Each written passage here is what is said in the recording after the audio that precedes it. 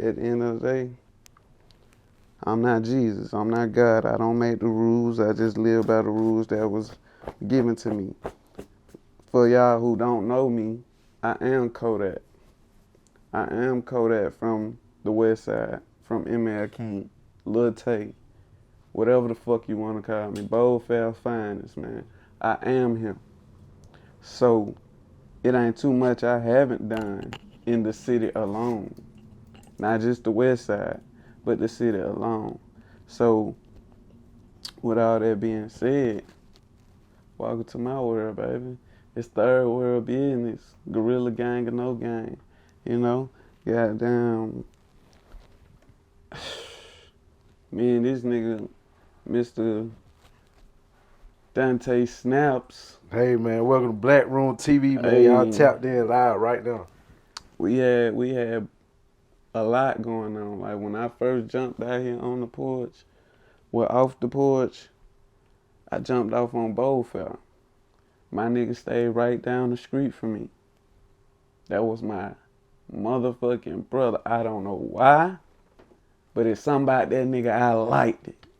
And I told him, and he can tell you, to today, if a nigga play with you, I'm at his motherfucking head. Because I know my nigga ain't with that. We trying to get monies and stay out the business. Shout out to his baby girl. I'm so proud of that nigga. Family is all we got out here.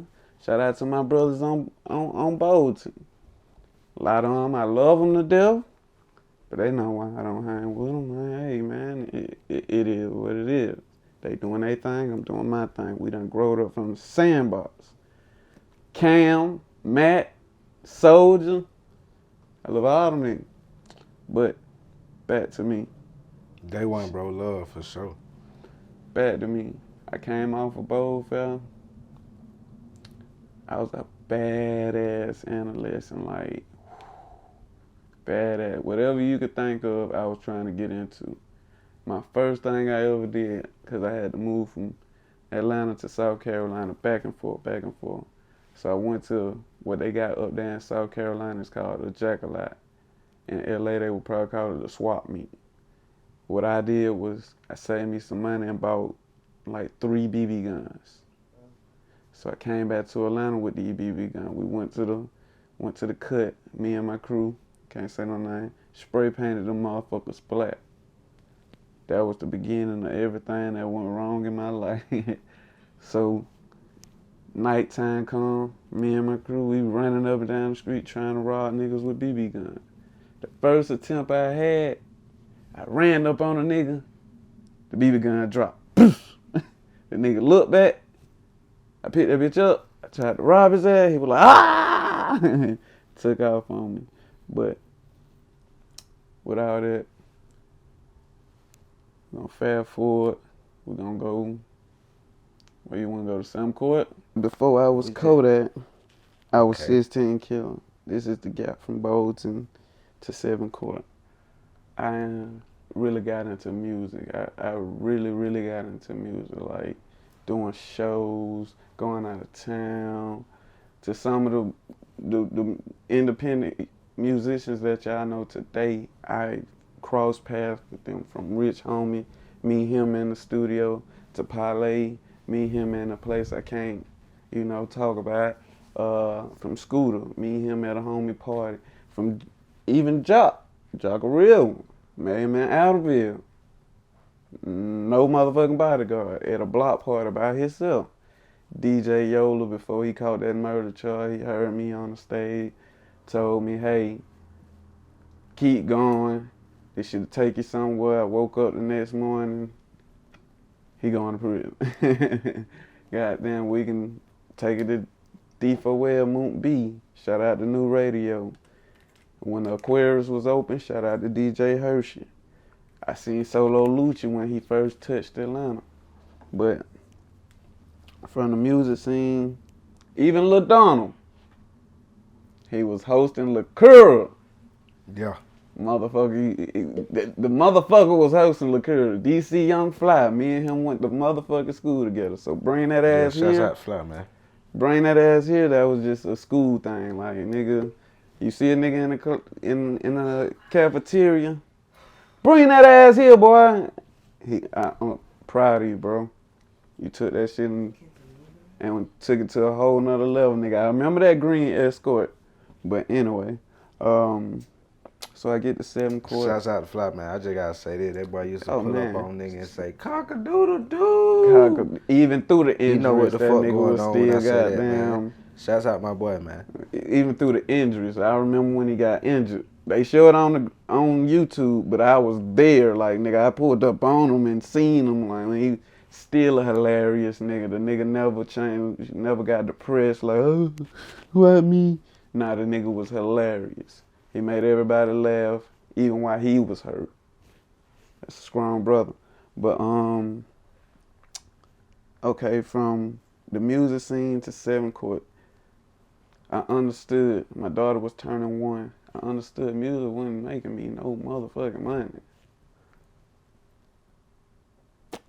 I linked back up with some old friends. No names are gonna be excluded. And they showed me a path to get me a quick buck because my daughter was 1, and man, my baby mama had got into it, and it was time to go. So, blase, I'm on this hot street. I'm doing whatever I could do just to scrape up $1. And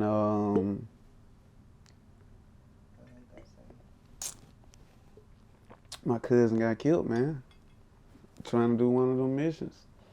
My cousin got killed. I talked to him on the phone before he died. Like, he didn't die from the bullet. He died from shock, going through surgery.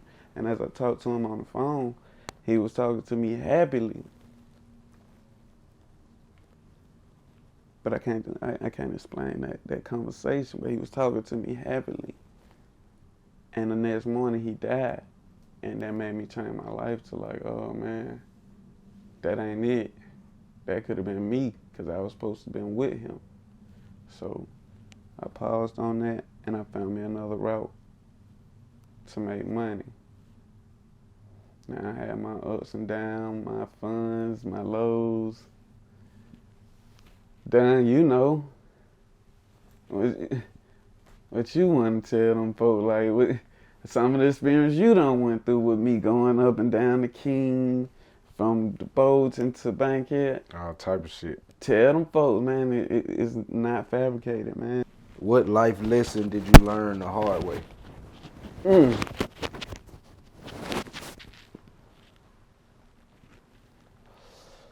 The life lesson I learned for sure was, and I don't want to incriminate myself on anything, but if you got 30 people in your circle, as in your friendship, or people that you deal with, don't go searching for 31. We too old to be making new friends. That's my motto. I'm about to be 30 next year, so for you young niggas, y'all can have fun making new friends, but you can still make new friends. Me personally, I'm at that point where I'm tired of motherfuckers fucking me over. That's what I'm trying to tell you. Know that motherfuckers are not gonna. I don't even want to play with niggas like that. Like, bro, yeah, that's life anyway. I've been killed somebody before that was back when you was 16, though. Like, no, I'm talking about now. Yeah, but I'm saying, like, that's a life lesson. Like, Damn, motherfuckers just. Damn, that lighter done went out too. You stole my lighter. I smoke too much, man. But I'm just saying, even though, like, we're a little too old to be making new friends. Like, don't you agree? No, I mean. Let me see them lighters. There's 2 of them over there. There's nothing over here. Should be another one over there. There's nothing. You sitting on it. Asshole. But this has nothing in it. It's nothing. Man, let me show you what the fuck to do. Nothing. I learned this right here from growing up with crackheads, prostitutes, all that type of shit, man. I grew up with them folks, man, so I don't judge. They showed me a lot. You feel what I'm saying? Like, you don't know this trick, you ain't stayed in the hood, nigga. You don't know this trick. You went up at 3 in the morning, 4 in the morning.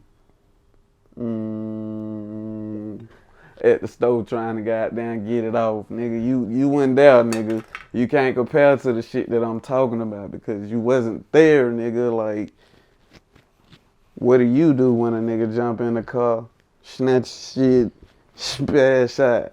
Do you, or do you, damn, I gotta get that back. Think about it. Don't be a crash dummy. Me personally, I'm say this, I got here from not being a crash dummy. Right now, everybody can have a perception of me. I'm not a gangster. I'm gonna put that on the record. I am not a gangster. I'm a law-abiding citizen. But I will step on your ass if you step towards me. Point blank, period. Been there, done that. It's not nothing I need to talk about. It's something that's fact. Shit, give me like one of your most craziest experiences coming up on the west side. Coming up on the west side? Oh, shit. One of my most crazy experiences coming up on the west side. Oh, man.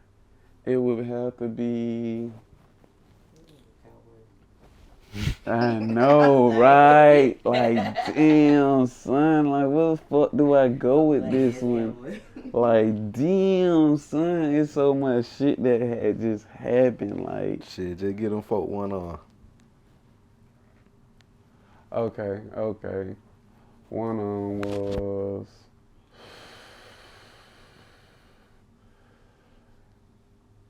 Oh, shit. I wouldn't say a fight, but that's whack. My first shootout? No, that's whack. My first robbery, that's funny. That's funny. My first time trying to rob somebody and actually being successful with it, but not successful, I had a BB gun. And I'm right there in front of Caillou Park. People, if you from Boise, you know exactly what that's at. I'm right there in front of Caillou Park, and I pull the BB gun out. Nigga, give me all you got. He like, don't shoot me. I caught the back. It sound like plastic. He don't know no better. His adrenaline rush. Hey, bro, don't shoot me. I ain't got nothing. Which I should know. I'm in the black community. But one of my homeboys from school, his contract come out the door. He like, hey, what the hell you doing?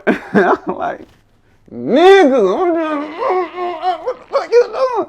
He like, man, he ain't got shit. I'm like, man, fuck that. Give it to me. I think I ended up taking the nigga. At the time, man, we had Walkman. So I took the nigga MP3 player, Walkman. That was just crazy because that's how I got introduced to Lil Wayne because he had a lot of Lil Wayne on that shit. So I got introduced to mixtape Weezy. That was one of the craziest moments in my life. The nigga came outside. It just really triggered to me that this is normal in the neighborhood. Niggas rob niggas. Niggas look at it and like, I ain't nothing but going on. Niggas get killed and niggas be like, shit, I don't know, man. I'm like, damn, you were just right there. Like, I ain't saying snitch, but some shit we just shouldn't condone. We shouldn't even let it get that far. Like, what happened to big homies being big homies, bro? Like, I'm damn near 30, and a lot of these young niggas call me Unc. I don't know how to feel about it, but at the same time, if I get to talk to them niggas, I try to tell them niggas something righteous. Like, nigga, ain't about spending. For sure. I spend your ass, nigga. And I ain't coming back around because I'm going to drop you where you stand and shit, I call 12 and tell them come pick you back up. Nigga, fuck that. That's what it's about, nigga. Being lawfully armed, nigga. So when 12 come at your ass sideways and he pull a gun out on you, look at that gun like, oh, well, nigga, it is what it is. Like right now, do a nigga think I have a pistol on me? I mean, this is my shotgun. At 18 in Georgia, you are allowed to have a shotgun. At 18? Don't nobody see no motherfucking Drake. But I'm 29. No. Arm yourself. Arm yourself, man. It ain't about... I arm myself because of what I do. But at the same time, I know the bigger plan. I know the bigger plan. These white folk come goddamn kicking your door. What you gonna do? So that was my next question. I see you heavily armed. I'm not heavily armed, bro. I just want to see what you got. Tell them folk what you got. I'm well prepared. I mean, all my guns are licensed and legit. I don't think they are. I have the paperwork for all of them. Right here, I got the Mossberg.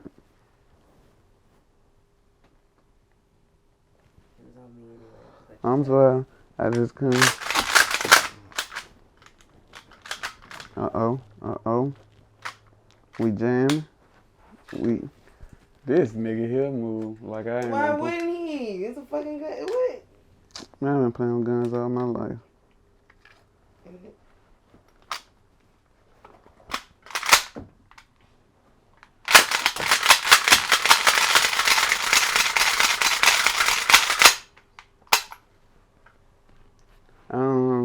Okay, got the Mossberg.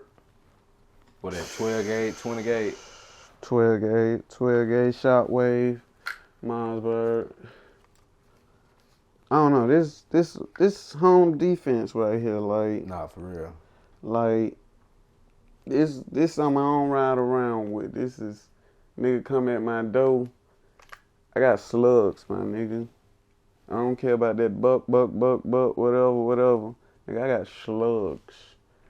And I'm trying to get them Inferno rounds by next week. So when I hit your ass, you going on fire or I'm taking a chunk off. Now this right here, this just in case, because I've been in the streets and I've been doing what I've been doing for a minute. So I have had those encounters. I had those encounters where I have been outnumbered. I never had that encounter where I never been outnumbered. So, I mean, think it's sweet that motherfucker coming out of nowhere and shit.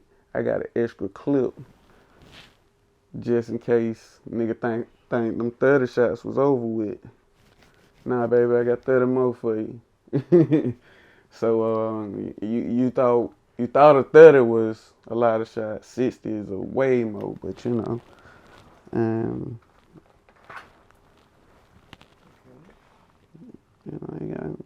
I always keep your son handy. Just in case. I practice with this motherfucker a lot. 2 hand, boom, boom, boom, boom. Glow in the dark sights.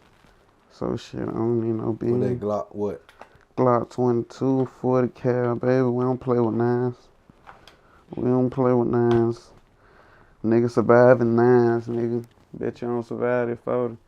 But nah, man, you know, I'm not heavily armed. I'm just well prepared, man. Like, we living in wicked times. Like, these young niggas is... We were bad when we were growing up, bro. You feel what I'm saying? We were bad, but we wouldn't shoot your auntie or shoot an old lady.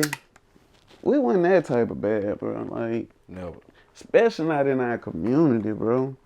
We ain't feel like nobody in our community was just, you know, like... We listen to the old folk. It ain't even just listening to them. It's just was like... Bro, you stay where I stay.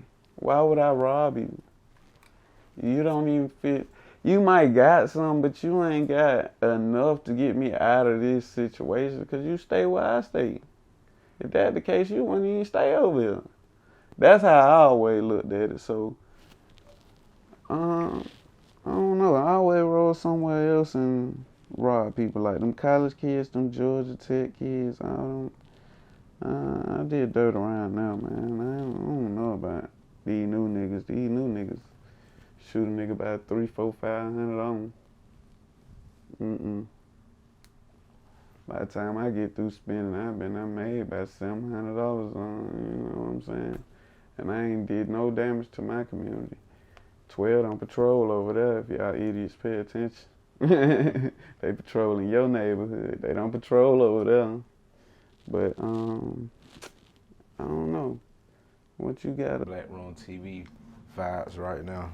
Black Room TV, and they want to man. know, people want to know, are you more social or reserved? I'm reserved, but I'm a businessman. So at the end of the day, like, I don't know, at a young age, I started learning how to, develop that trait of dealing with people. So I can go to a bar or something and have a conversation with a motherfucker who's Norwegian for like 45 minutes. His first time meeting a black man, my first time meeting a Norwegian, but we having a conversation for 45 minutes, like straight up. Nothing else about it. We just enjoying the moment. Like, I'm talking about his situation and what I know about his country, and he talking about my country. So it's just like, wow, that's amazing.